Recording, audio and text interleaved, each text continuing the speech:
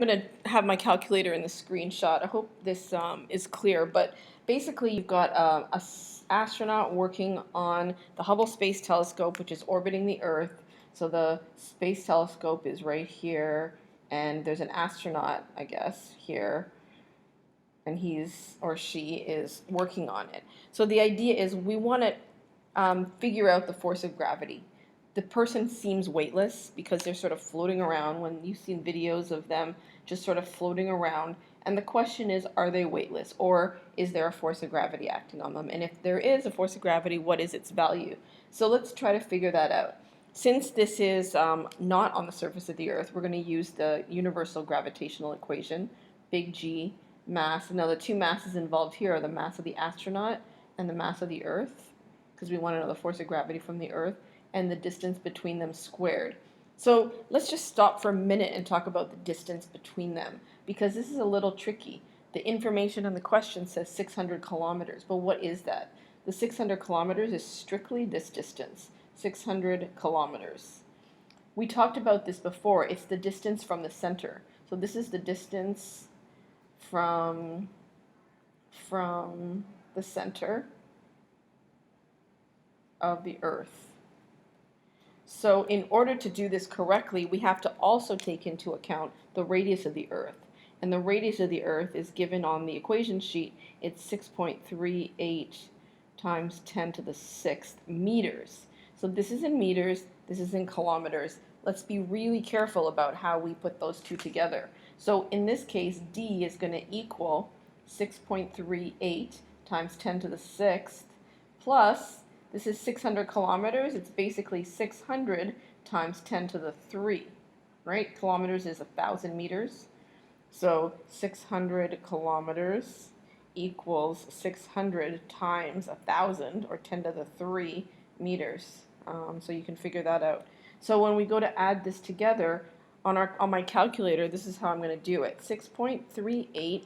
Now instead of going times 10, what I'm going to do is use this second, comma, and I end up with this E. You see? Can you see it a little bit there? It's an E, and then I can put times 10 to the 6th plus, and then I'll do my 600 second E3, and I end up with 6.98. Putting it back into significant figures, yeah, scientific notation, 6.98 times 10 to the 6th meters. So that's the distance. So now going back to my equation, let me just put it over here, Fg equals, G is 6.67 times 10 to the negative 11. The mass of the astronaut is 70, that's given in the problem. Mass of the Earth, 5.98 times 10 to the 24 kilograms, divided by this number, 6.98 times 10 to the 6th squared.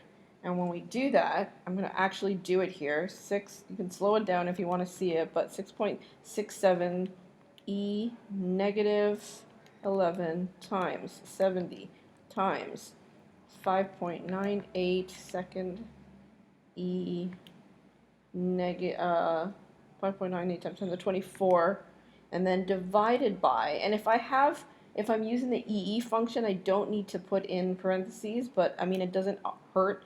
6.98 E6, and then you can square that, and you end up with 573. So 573 newtons is the force of gravity on the astronaut at this orbital. What was the force of gravity? So this is at the altitude of Hubble.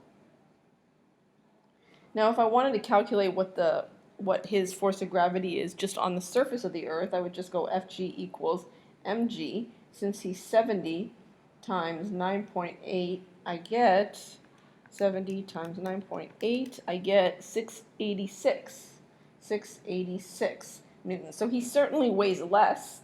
He's farther away from the Earth. It's pulling a little less heavily on him. But how much less? Well, if I divide those two, I go 573 divided by 686, I end up with, oops, I did that wrong, 573 divided by 686, I end up with about 84%. So he weighs, I'm saying he, but it could be a she, weighs 84% of his weight at the surface. And that's kind of what we are trying to prove here. This person is not lighter. He still has all the force acting on him. And that's what the question is asking us for.